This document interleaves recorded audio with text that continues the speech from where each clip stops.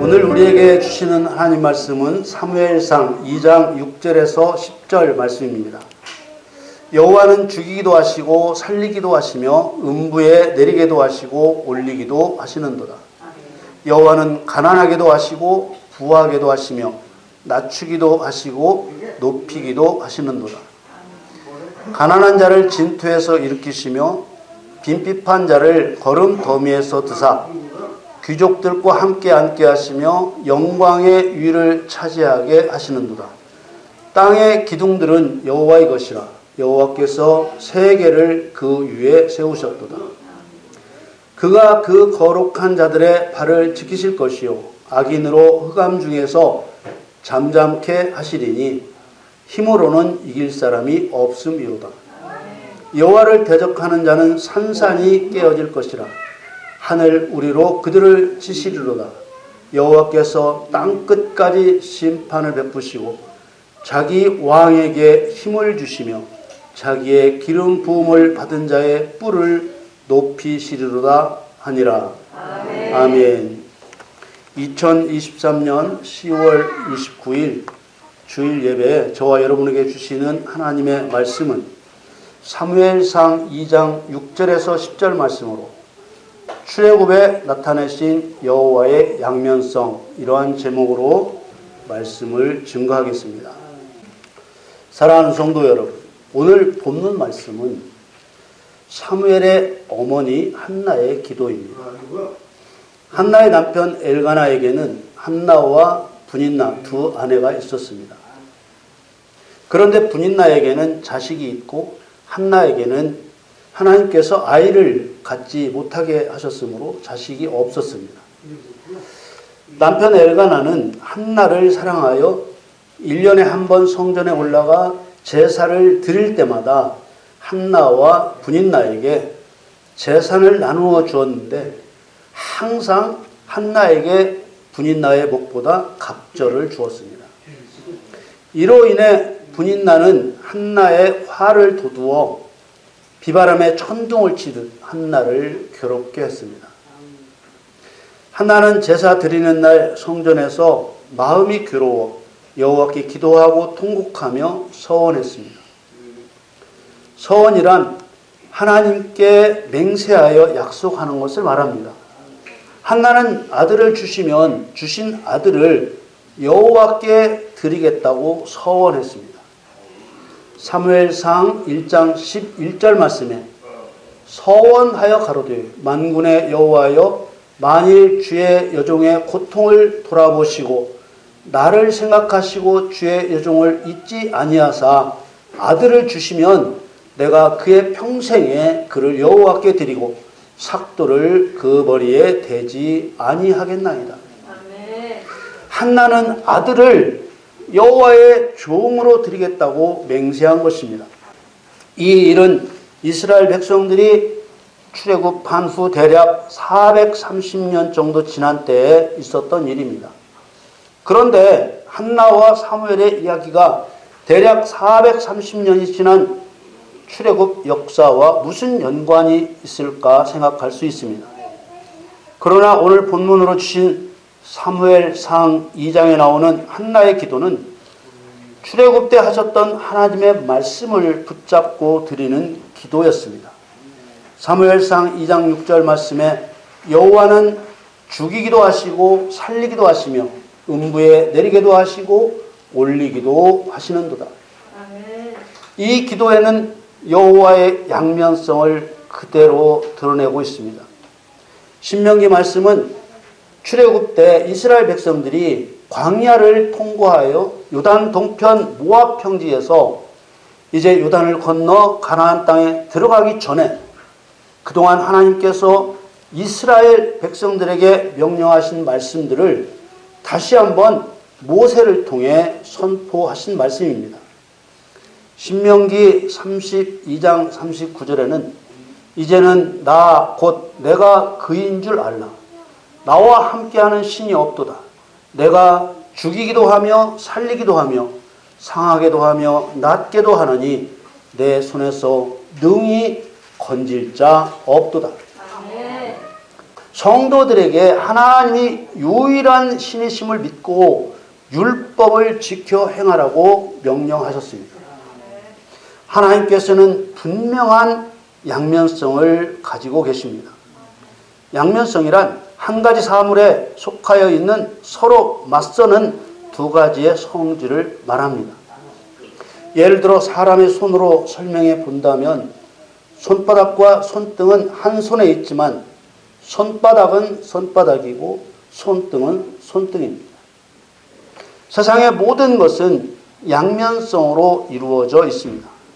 세상의 모든 일도 양면성으로 움직입니다. 이 양면성의 원리가 하나님에게서 나온 것이고 하나님의 통치 방법이기 때문입니다. 더 정확하게 말하면 하나님께서는 온 세상을 양면성이라는 서로 다른 힘을 작용시켜 경영할 수 있도록 창조하신 것입니다. 하나님께서는 세상을 창조하실 때부터 양면성을 적용해 만드셨습니다. 빛과 어둠이 그렇습니다. 태양에 의한 낮의 빛과 밤의 어두움은 영적인 빛과 어두움의 모형이고 선과 의로움의 모형이며 악과 불의함의 모형입니다.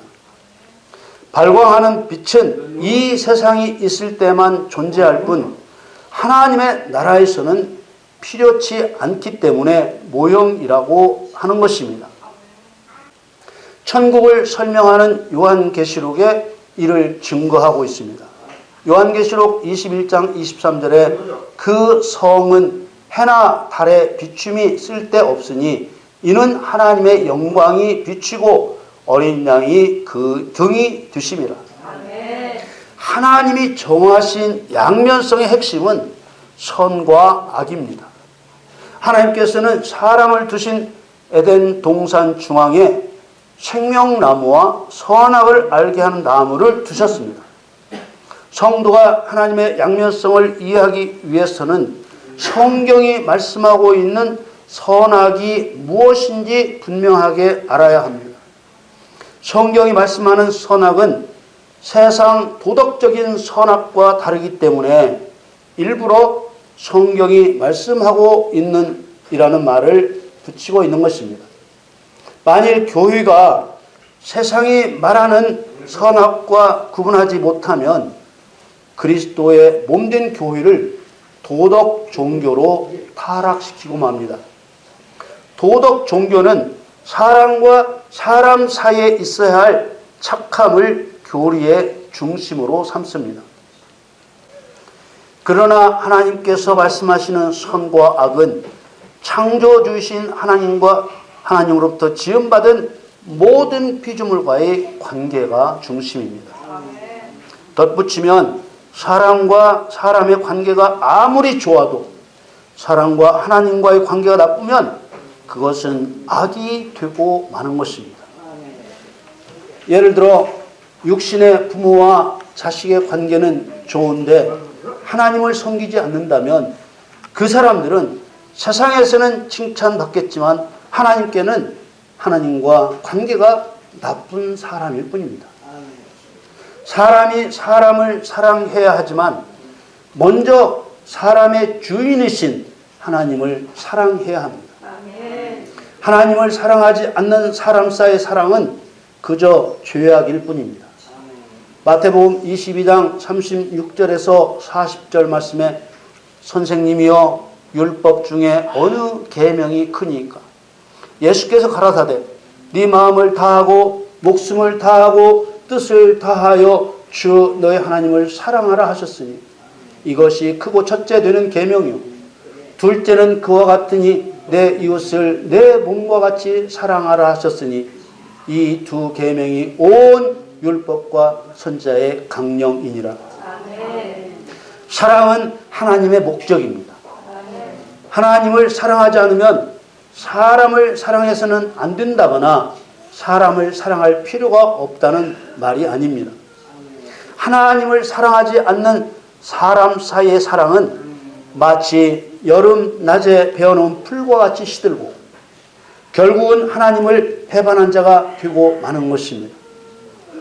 그리스도인들이 누군가를 구원하기 위해 믿지 않는 영혼을 사랑하는 것은 하나님이 없는 사랑과 사람 사이의 사랑이 아니라 하나님을 사랑하기 때문에 사람을 사랑하는 참 사랑입니다. 육신의 부모와 자식과의 관계도 그리스도 안에서만 선이 되는 것입니다. 그럼 성경이 말씀하고 있는 선과 악이 무엇입니까? 꼭 기억하고 구분해야 합니다. 하나님과 피조물과의 관계가 좋은 것을 선이라 하고 하나님과 피조물과의 관계가 나쁜 것을 악이라고 합니다. 하나님께서는 분명히 창조된 세상을 출발시키실 때 선과 악으로 세상을 출발시키셨습니다.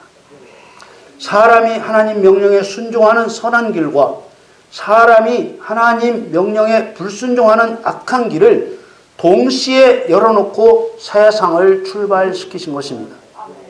우리는 아니라고 부정하지 말고 이렇게 하시는 하나님의 의도를 성경에서 발견해야만 합니다. 사람이 처음부터 하나님의 명령을 지키지 않아서 죄인이 되었는데 하나님은 사람이 죄를 짓지 않고 영원히 에덴 동산에서 행복하게 살기 바라셨다는 정말 말이 안 되는 소리를 해서야 되겠습니까? 전능하신 하나님께서 왜 그렇게 선한 길과 악한 길을 동시에 열어놓고 세상을 출발시켰는지 알고 하나님의 뜻을 쫓아야 하는 것입니다. 로마서 3장 19절 말씀에 우리가 알거니와 무릇 율법이 말하는 바는 율법 아래 있는 자들에게 말하는 것이니 이는 모든 입을 막고 온 세상으로 하나님의 심판 아래 있게 하려 함이니라. 이 말씀은 모든 사람을 의도적으로 죄인이 되게 하셨다는 말씀과 같은 의미의 말씀입니다. 왜 이렇게 하셨는지에 대해서는 에스겔 16장에 설명해 놓으셨습니다. 에스겔 16장 62절 63절 말씀에 내가 네게 내 언약을 세워서 너로 나를 여호와인 줄 알게 하리니 이는 내가 네 모든 행한 일을 용서한 후에 너로 기억하고 놀라고 부끄러워서 다시는 입을 열지 못하게 하려 함이니라. 나 주 여호와의 말이니라 하셨다 하라. 이 말씀은 앞에서 본 로마서 모든 입을 막고 하나님의 심판 아래 있게 하려 하셨다는 말씀과 같은 뜻입니다. 하나님께서는 모든 사람을 죄인이 될 수밖에 없도록 창조하셔서 하나님의 심판 아래 있게 하셨다가 예수 그리스도의 복음을 들려주시고 그 복음을 듣고 순종하여 살고자 하는 자만 살리실 계획을 세우신 것입니다. 이러한 하나님의 뜻이 요한복음 5장에 나와 있습니다. 요한복음 5장 25절에 진실로 진실로 너희에게 이르노니 죽은 자들이 하나님의 아들의 음성을 들을 때가 오나니 곧 이때라. 듣는 자는 살아나리라. 아멘. 모든 사람이 죄인으로 죽은 자가 되었고 하나님 아들의 음성은 곧 예수 그리스도 구원의 복음입니다. 아멘. 하나님 아들의 음성인 예수 그리스도 구원의 복음을 듣는 자는 살아나게 하셨는데 듣는다는 뜻은 그저 소리로 듣는 것을 말하는 것이 아니고 주의하여 듣고 깨닫는다는 뜻입니다. 구약성경 히브리 말에 경청하여 순종한다는 의미의 샤마라는 말이 있는데 신약 성경에 듣다는 말과 같은 맥락의 말입니다.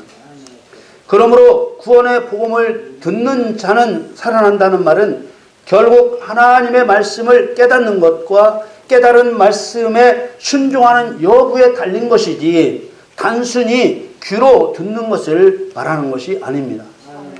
그래서 성경을 꼭 읽어야 하지만 성경을 10,000번을 읽었다고 되는 것이 아니고 진리를 증거하는 옳은 설교는 많이 들어야 하지만 하루 종일 유튜브에서 설교를 들었다고 되는 것이 아닙니다.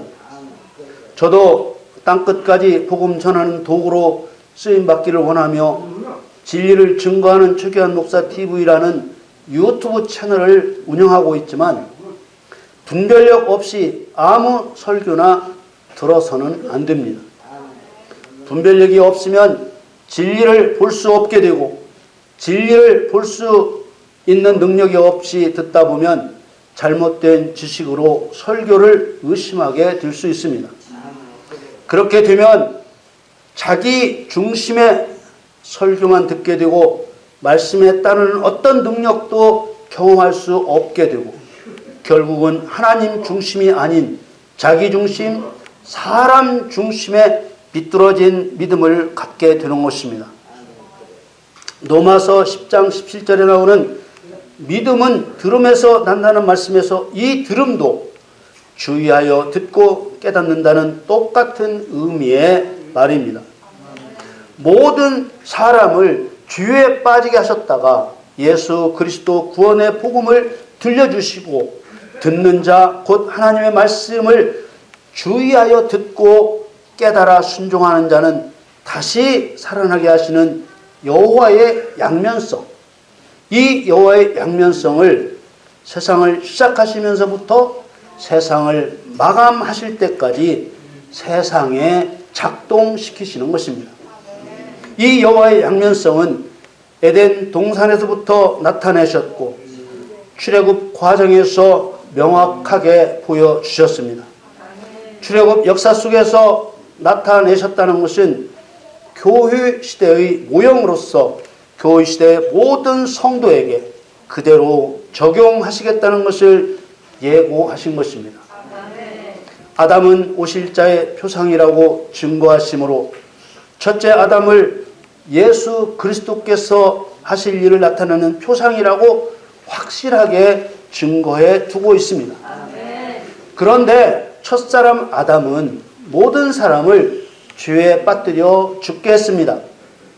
그렇다면 첫사람 아담을 오실 자의 표상이라 하셨으니 첫째 아담은 모든 사람을 죄에 빠뜨린 하나님의 모형이라는 말이 됩니다. 하나님께서 모든 사람을 죄에 빠뜨리셨다고 하면 하나님을 모독한다고 할 사람들이 있겠지만 하나님께서 모든 사람을 죄에 빠뜨리셨다는 말과 앞에서 본 로마서 3장 19절에 모든 입을 막고 온 세상으로 하나님의 심판 아래 있게 하려 하심이니라 라는 말씀과 의미가 다른가요? 둘 다 죄 아래 든다는 똑같은 뜻입니다. 그럼 이 말씀을 보겠습니다. 로마서 5장 17절에 한 사람의 범죄를 인하여 사망이 그 한 사람으로 말미암아 왕노릇하였은즉 더욱 은혜와 의의 선물을 넘치게 받는 자들이 한 분 예수 그리스도로 말미암아 생명 안에서 왕노릇하리로다. 여기서 한 사람은 첫사람 아담을 가리킵니다. 이 첫째 아담은 말씀대로 오실 자 예수 그리스도의 표상이지요. 그럼 죄가 누구로 인하여 들어왔다는 것입니까? 예수 그리스도의 표상인 아담으로 인하여 사망이 왕노릇했다는 것이지요. 그럼 아담이 먼저 선악과를 따먹었습니까? 아니지요. 하와가 먼저 따먹고 하와가 넘겨주어 아담이 먹었습니다. 그럼 예수 그리스도께서 죄를 범하셨나요? 아니지요. 사람이 죄를 범하고 그 죄를 예수님께 넘겨준 것이지요. 그러면 예수님은 누구 죄 때문에 죄 없는 죄인이 되어 십자가에 죽으셨습니까? 우리들의 죄, 곧 사람들의 죄 때문에 죽으셨습니다. 첫사람 아담은 에덴 동산에서 이렇게 예수님께서 행하실 일을 모형으로 보였다는 것입니다. 그래서 첫사람 아담을 죄 없는 죄인으로 십자가에서 죽으실 오실 자의 표상이라고 한 것입니다.